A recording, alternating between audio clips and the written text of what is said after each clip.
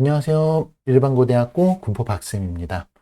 오늘은 2024학년도 인하대 입시 결과에 대해 전반적인 브리핑을 좀 한번 할까 해서 영상을 촬영합니다. 사실 그 학과별 점수까지 디테일하게 보고 싶은데요. 점수가 아직 홈페이지 가보니까 아직은 오픈을 안 했더라고요.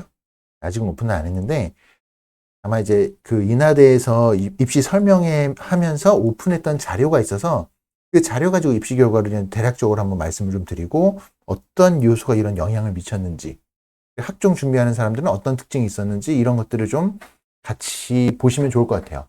인하대는 작년 좀 변화가 많이 있었던 학교라 인하대를 참고하시면 올해도 그 비슷한 특징을 갖고 있는 학교들이 있다면 함께 고려해 볼 수 있지 않을까 싶어서 이제 영상을 찍어보게 됐습니다. 자, 인하대를 설명할 건데요. 인하대에 이제 올해는 이제 2025 학년도 입시잖아요. 근데 이걸 알기 위해서는 이제 우리가 지금 2024 학년도 입시 결과를 분석하잖아요. 그럼 이제 작년에 2024 학년도 입시에서는 어떤 변수가 있었는지를 정리를 먼저 한번 해볼게요. 정리부터. 정리를 한번 해보면요. 일단 그 이제 입시 결과를 볼 때, 이 변수가 이렇게 적용을 했겠구나, 이런 것들 한번 좀 짐작을 해보세요. 일단은 그 학종이 원래 두 개가 있었죠. 인하대는 인하 미래인재 전형하고 참인재 전형이 있었는데, 참인재가 폐지가 됐습니다. 폐지가 되고, 그래서 인하대의 어떤 학종은요, 인하 미래인재 전형이 나게 되었어요. 다른 대학이랑 좀 다르죠. 다른 대학들 같은 경우에는 전형을 두 개로 서류와 면접으로 나누어서 가는 추세로 바뀌고 있는 트렌드인데, 오히려 인하대는 참인재랑 인하 미래인재로 분리되어 있던 건 하나로 합쳤습니다. 그게 어떤 영향을 미쳤는지 한번 보시면 돼요. 전략적으로 그렇게 한 것 같거든요. 인하대에서. 그렇게 됐고, 결론만 말씀드릴까요? 미리? 아마 결과적으로는 어쨌든 통로를 하나로 합치니까 일반고 학생들이 분산된 걸 하나로 합치는 결과를 갖고 왔잖아요. 그때는 수치적으로는 오르게 될 거예요. 이렇게 수치적으로는 상승하는 효과를 좀 노려봤다라고 생각하시면 될 것 같고요. 얘기를 할까요, 같이? 그리고 중요한 건 뭐냐면 교과 인원이 작년 같은 경우에 어떻게 됐냐? 203명 맞나? 203명이 증가했습니다. 203명. 인하대가 교과가 원래 몇 명 뽑냐면요. 대략 400명 정도를 뽑았었는데 여기 대략 한 600명 정도를 뽑는 걸로 늘어난 거예요. 그러니까 150%. 엄청 큰 변화죠, 이거는. 그래서 이거는 이제 흔히 뭐라 그러죠? 이제 모집 인원 증가가 됐으니 입결에 있어서 하락할 수 있는 가능성이 보인다.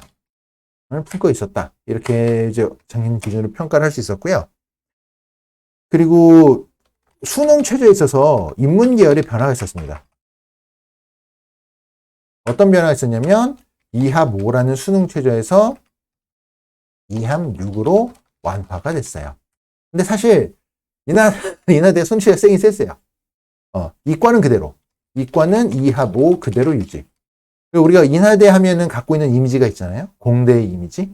그래서 자연 계열이 어쨌든 이과가 문과보다는 좀 더 네임밸류가 있는 대학 이런 이미지가 있잖아요. 근데 그럼에도 문과는 2합 5를 그대로 가지고 가고 있었거든요. 그러다 보니 뭐 인하대도 느꼈겠죠. 더군다나 작년 같은 게 어떻게 됐느냐. 인원이 엄청 줄었잖아요. 어쨌든 그 수험생이 줄어들었죠. 그런 와중에 유지하는 게 부담스러웠을 거예요. 그래서 2합 6으로 완화를 했습니다. 그러면 이거를 한번 정리를 해볼까요?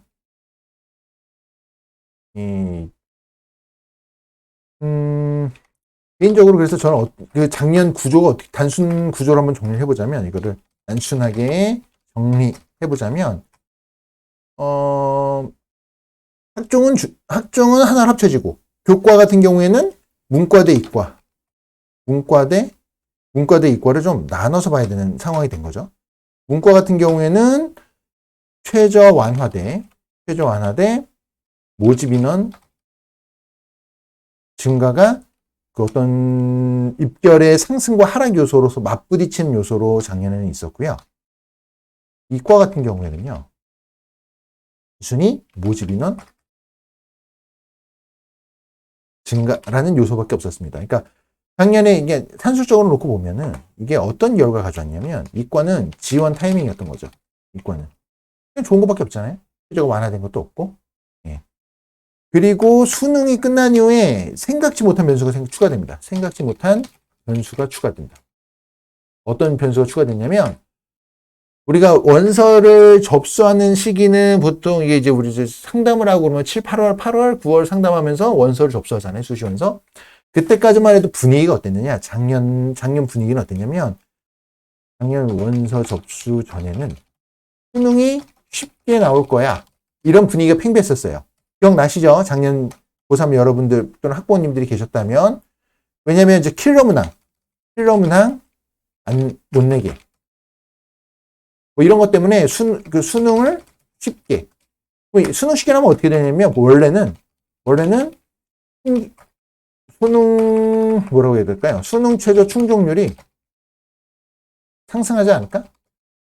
이런 예상을 했었는데 이걸 예상을 했었는데 어떻게 됐었나요? 수능이 어렵게 불수능이죠. 불수능. 난리가 났어요. 불수능. 그럼 어떻게 되나요? 일반적으로 교과 전형에 있어서는요. 수능 최저 충족률이 하락합니다. 근데 단순 한 2합 7 정도는 크게 영향을 안 받아요. 그렇게까지 크게 영향은 안 받지만 인하대는 얘기가 다르죠. 인하대는. 그죠? 문과는 완화해버렸잖아요. 완화. 그러니까 이건 기존 입결에서 완전히 상승할 가능성이 더 높아진 거죠. 이렇게 돼버린 거죠. 이과는 하락의 가능성이 더 커진 거죠. 이렇게 된 거예요. 근데 이거는 수능이 어렵게 나온다라는 건 작년 입장에서는 알 수 없었잖아요. 이거 못하가? 어떤 요런 분위기였다. 전체적으로. 이거는 이제 수능을 보고 나서야 아는 거니까. 자, 이렇게 되는 분위기였다라고 보시고 정리한 것들 한번 볼게요. 자, 이거 이제 인하대에서 설명회에서 이제 공개했던 자료잖아요. 보시면 일단은 이게 이제 학생부 종합전형부터 한번 보겠습니다. 이제 2023, 2024학년도를 두 개를 비교를 했어요. 인하대에서. 보면 어떻게 됐느냐. 지원자의 어떤 학생부 종합전형부터 볼까요? 자, 인하대 자료를 보고 정리를 해볼게요. 학종 자료부터 볼게요. 그냥 타자 치지 말까요? 전체 평균이 어떻게 되냐면요. 3.7등급, 3.7등급으로 동일했습니다. 그러니까 어떻게 되느냐. 평균을 볼게요. 학종 지원자 평균은요. 3.7등급이었어요. 이거는 동일했어요. 2023이나 2024 동일했습니다. 그러면 학종 합격자 평균은 어떻게 될까요? 합격자 평균. 전체 평균이 어떻게 됐나요? 3.1등급에서 3등급으로 올라갔죠. 3.1등급에서 3등급으로 상승을 했어요. 그러니까 어떻게 약간 3인제 폐지하면서 하나를 합쳤잖아요. 그럼 인원이 약간 늘어나긴 했지만 그 부분은 그러니까 미래 인재가 인원이 약간 늘어났지만 전형 하나가 차라리 없어진 거에 여파고 어쨌든 그런 결과로 어쨌든 인하대에서 의도한 어떤 결과가 나타났다라고 보이는 거고요. 단과대별로 봐도 공과대학은 3등급에서 2.9등급으로 올랐고요. 자연과학대학도 3.3에서 3.1로 올랐습니다. 소프트웨어도 2.8에서 2.9로 살짝 하락했고요. 바이오 시스템 융합학부는 2.7에서 2.5로 올랐네요. 어쨌든 공과대학이나 자연과학, 이과 아이들이 주력 학과가 포진되어 있는 공과나 자연과학대학을 보면은 전반적으로 다 오른 것들을 확인할 수 있습니다. 다만 문과는 3.6에서 3.9로 하락했어요. 그러니까 문과 같은 경우에는 특목 자사고라든가 특목 외고라든가 국제고라든가 이런 것 때문에 양극화 현상이 좀 나타나죠. 그러다 보니까 오히려 점수 자체는 하락했다. 이런 것들이 보이네요. 이과는 그렇지 않죠. 솔직히 이과에서 과고 영재고 아이들이 여기 올 일은 없잖아요. 의대에 노리지 않고서는. 그래서 그런 거고. 자, 학종 자료에서는 그런 것들이 보였습니다. 이렇게 보였다고 보시면 되고요. 교과를 가볼까요? 제가 좀 정리를 좀 해봤었는데 교과가 보면 평균은요. 지원자 교과 자료 볼게요. 교과 지원자 평균은요. 지원하는 학생들의 내신 평균이 2.8등급이었습니다. 2.9에서 2.8, 2023학년도에는 2.9등급이었는데 이게 2.8등급으로 상승했네요. 지원자 평균이 그렇게 됐고요. 공과는 보면요. 공과대학은 2.8에서 2.7로 살짝 수준 높게 지원을 했고요. 자연과학대학은 3.1에서 2.9. 그러니까 지원하는 사람들의 이과 계열 지원자 성적은 지원자의 어떤 모집단이라고 해야 될까요? 모집단 성적은 상승했다. 웃긴 게 뭘까요? 근데 제가 아까 뭐라고 말씀을 드렸냐면 위에서 이과 계열 같은 경우에는 작년 인하되는 지원 타이밍이다 이런 말씀을 좀 드렸었잖아요. 보시면 지원자의 점수는 올라갔어요. 공과대학 2.8에서 2.7, 자연과학대학은 3.1에서 2.9로 올라갔는데 이렇게 올라갔죠. 이과 계열 지원 모집단 성적은 상승했으나 결과를 볼까요? 근데 결과가 어떻게 됐나요? 공과대학은 2.3에서 그러니까 지원자 모집단은 상승했으나 합격자 점수 때는 평균이라고 할까요? 평균은 오히려 하락했다. 어떻게 하락했는지 보면 공과는 2.3에서 2.5로 하락했고요. 자연과학대학은 이거 보시면 이건 그대로 유지가 됐죠. 2.6에서 2.6. 자연과학은 과학 2.6 그대로 유지. 근데 자연과학도요. 지원자의 점수를 보면 3.1에서 2.9로 올라갔어요. 그러니까 지원자 풀의 점수가 올라갔음에도 불구하고 점수가 하락하거나 유지했다는 얘기는요. 이게 무슨 영향이냐면 수능 최저 충족률에 영향도 분명히 미쳤을 거고요. 그리고 중요한 게 경쟁률이 하락했습니다. 경쟁률이 하락했어요. 교과전은 이렇게 보이고 그 문과 계열은 어떻게 될까요? 문과 계열을 보시면 문과 계열 같은 경우에는 경영대 지원자는 3.0에서 2.8로 올라갔고요. 합격자는 2.5에서 2.4로 올라갔습니다. 올라갔죠, 경영. 사범대는 하락했네요. 2.3에서 2.5로. 사회과학대학 3.3에서 3.0으로 지원자 폭은 0.3등급 올라갔고요. 지원자 폭은 올라갔고, 말로 할게요. 점수는 그대로 유지가 됐습니다. 2.6에서 2.6. 문과대학 3.5에서 3.2로 지원자 풀은 상승했습니다. 지원자 모집단은 합격자 2.8에서 2.7로 올라갔죠. 그런 것들이 보이네요. 그러니까 여기 이제 제가 적어놨지만 전체 평균은 2.5로 살짝 하락했고요. 합격자는 2.4에서 2.5로 여기 안 적어놨나? 여기 적어놨죠. 합격자 평균은 2.5에서 2.4로 하락했어요. 뭐 2.4에서 2.5 아닌가?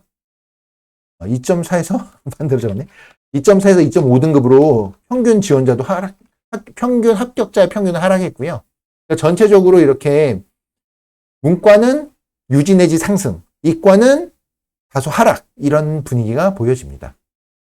그러면 이제 수능 최저 충족률을 얘기를 했는데 어떻게 됐는지 이 인하대에서 발표한 걸 볼게요.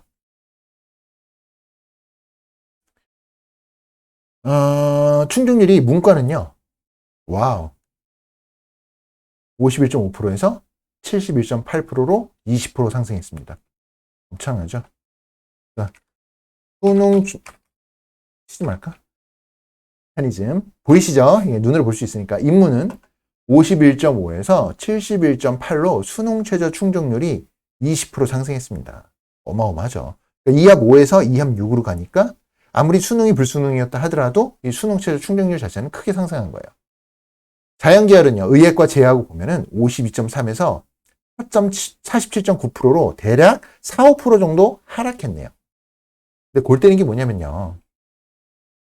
이렇게 되면 골 때린 게 뭐냐면 수능 최저 충족률하고요. 하나 같이 보셔야 되는 게 뭐냐면 경쟁률입니다. 경쟁률. 교과하나만 볼게요. 학종은 너무 경쟁률 크게 신경 쓰지 마시고요. 10대 1 이상 넘어가는 순간 큰 의미가 없다고 봅니다. 근데 이제 이게 제가 기억하기로는 원래 인하대 그 2023학년도 지역균형 교과 경쟁률이 몇이었냐면요. 평균이 대략 한 11대 1이었어요.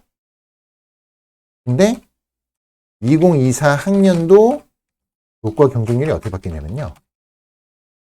이게 대략 6대 1 수준으로 하락합니다. 무슨 문제가 생기냐? 제 경험상. 이것도 예상을 못 했잖아요. 우리가 그 원서 상담을 할 때는 이 부분에 대해서는 이게 떨어진다는 수치를 알고 하는 게 아니기 때문에 지원자분들이 이건 먼저 좀 생각을 하셔야 돼요.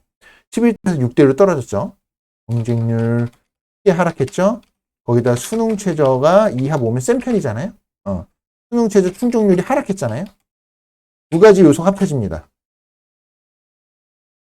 문과는 이게 어디에 해당되는 거냐면 이과에 해당되는 얘기예요. 이과.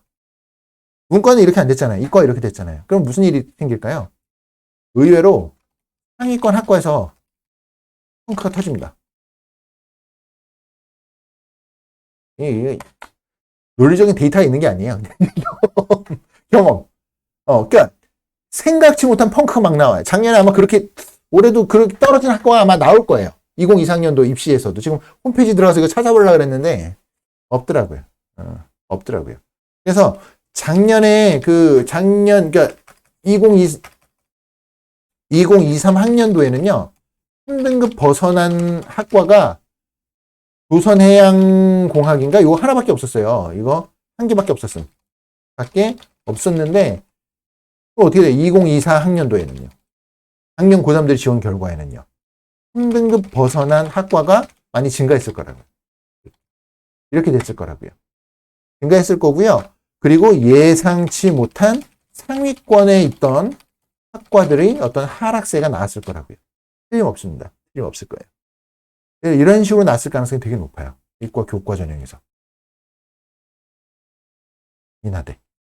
왜냐면 경쟁률이 크게 하락했죠. 11대 1에서 6대 1 수준으로 떨어졌는데, 문과는 괜찮아요. 문과는 수능 최저를 맞추는 게 20% 늘어났다고요. 51.5에서 71.8로.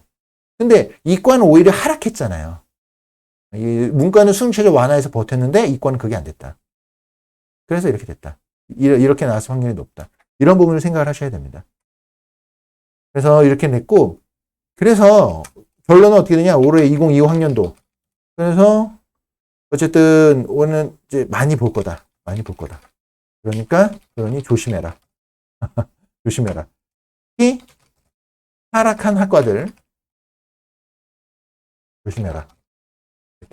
그러니까 작년 같은 경우에는 제가 조선해양공학은 넣지 말라고 얘기했을 거예요. 여긴 들어가면 안 된다고. 그러니까 여기 아마 올랐을 거예요. 조선해양공학은 점수가 올랐을 거예요. 오를 수밖에 없어요. 3등급 벗어나는 게 혼자밖에 안 보이는데. 그래서 순진하게 들어갔겠죠, 여기를.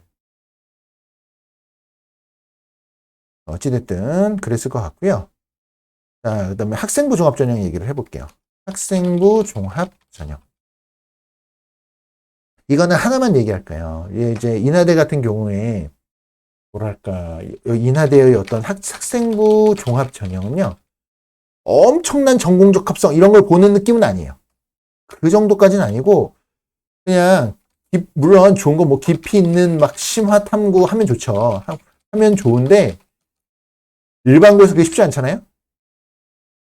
그러면 이 정도까지는 안 된다 하더라도 교과 이수로서 이수라던가 과목마다 어떤 내 전공에 관련된 어떤 관심도를 곳곳에 이게 맞나요? 곳곳에 뿌려주는 그런 생기부가 되게 좋습니다. 그래서 내 공대 가기 위해서 과목마다 이거 했어요 라는 느낌들을 조금 골고루 좀 소스처럼 뿌려줘서 생기부를 내가 딱 덮었어. 생기부를 덮었는데 얘가 이 학과 관심 있는 애구나라는 느낌을 물씬 풍겨주는 생기부 그런 거 되게 좋아해요. 깊이 있는 심화가 탐구까지 못했다 하더라도 그런 걸 좋아하는데 이건 뭐 제 개인 생각이고 그래서 그냥 학교에서 발표한 것만 좀 보자면 이게 아니죠. 이수 과목을 볼게요. 이걸 보시면 좀 티가 좀 보일 겁니다. 이거 보여줘서 되게 반가웠는데.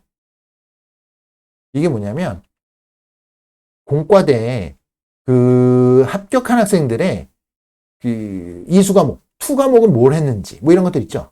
진로 전문 뭐 했다. 이거 정리해 놨잖아요. 보시면 최초 합격한 학생들의 진로에는 이과 학생, 문과는 제가 안 건드렸어요. 이과만 얘기할게요. 진로는 1순위가 제일 많이 한 게 뭐냐? 물투를 제일 많이 했어요. 물투. 이 순서가 이렇게 버벅되냐? 교과 1, 2, 3, 4, 5 있잖아요. 이게 뭐냐면 밑에 설명돼 있죠. 교과 이수 빈도 순으로 표기한 거예요. 그러니까 교과 1이 제일 많이 지원한 합격한 학생 순서의 순서 1이 지원자 순서. 그래서 물2는 제일 많이 이수를 했고요. 공과대에서. 그 다음에 화2, 지2, 생투 순서로 가는 겁니다. 이렇게 많이 이수했죠. 그러니까 물2, 화2 되게 중요하죠. 물2. 그 중에서도 1등은 물2예요. 그러니까 일반고에서 물2 이수하는 거 학생들이 별로 안 좋아하잖아요. 근데 그 어떤 이미지나 어떤 그러한 교과 이수 이런 것들에 대해서 인하대가 관심이 많기 때문에 이수한 학생들이 유리하다. 여기서도 실험 과목에서도 보면 물리학 실험 1등이죠. 과학과제 연구를 제껴놓고 보면. 그리고 고급 물리학이 여기 있죠. 이런 것들이 눈에 띕니다. 이게 뭐다? 공과대. 그럼 자연과학은? 자연과학대를 볼게요. 자연과학 가는 순간 물2가 뒤로 확 쳐지죠. 화2와 생투가 올라옵니다. 물2가 뒤로 떨어져요. 공대가 아니잖아요, 공대가. 공대가 아니니까 당연히 물2가 떨어지는 거죠. 그리고 물리학 실험도 순위 훅 떨어져 버리죠. 화학 실험과 생명과학 실험이 올라오죠. 그러면 자연과학에서 좋아하는 건 뭐냐면 화2, 생투가 올라오죠. 이렇게 올라온 겁니다. 그래서 인하대에 지원하는 학생들 같은 경우에는 어쨌든 그런 인하대는 어떤 이미지, 그래서 교과 이수 과목, 그러니까 내가 일반고에 어떤 한계를 갖고 있어서 생기부가 좀 부실할 수는 있어요. 그렇다 하더라도 내가 그거를 생기부에 기입은 안 됐다 하더라도 그렇게 교과 이수하면서 노력했다라는 어떤 그런 증거물들은 보여줄 수 있어야 됩니다. 그리고 내가 생기부를 덮었을 때 이 학과를 지원하려고 했었던 어떤 그런 느낌을 물씬 풍겨주는 그런 생기부는 좀 좋다. 그러니까 어떤 탐구의 깊이는 좀 부족하다 하더라도 그 정도는 할 수 있으면 좋다라는 것들을 한번 생각해 보시면 좋겠어요. 일단 여기까지 얘기를 하고요. 그래서 좀 도움이 되셨으면 좋겠습니다. 또 이제 일을 해야 돼서 여기서 마무리 짓도록 하겠습니다. 일반고 대학고 군포 박쌤이었습니다. 감사합니다.